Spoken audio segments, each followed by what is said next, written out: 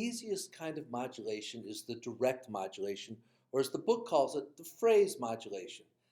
I call it just do it. It's the Nike modulation. Basically, you've got a melody and it comes to a cadence, and then after the cadence, it starts up in a new key. Where do we see this all the time in distantly related keys? We see it in pop tunes.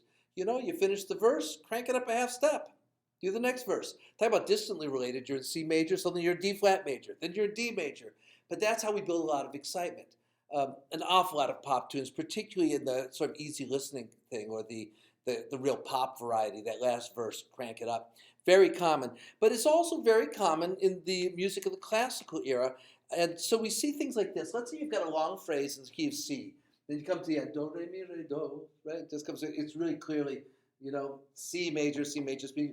And then you can repeat it, right? Because when you go on with the phrase, you've just entered C, boom, we're suddenly in A minor.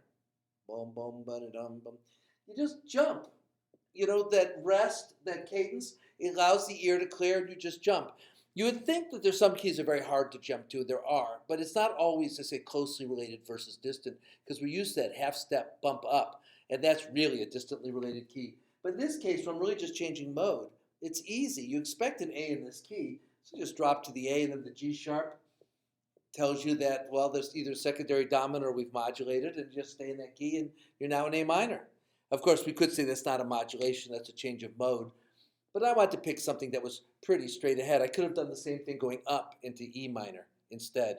And E minor does have, an F sharp in it. So yeah, that would have worked. But anyway, you could just see it's a simple concept. You come to the end of a phrase and just jump to another key. Usually some logical sense of what key. Third relationships are very common. But you just jump to the key and you're there. Direct modulation is what most people call it, because you go directly without any pivot chord or chromatics.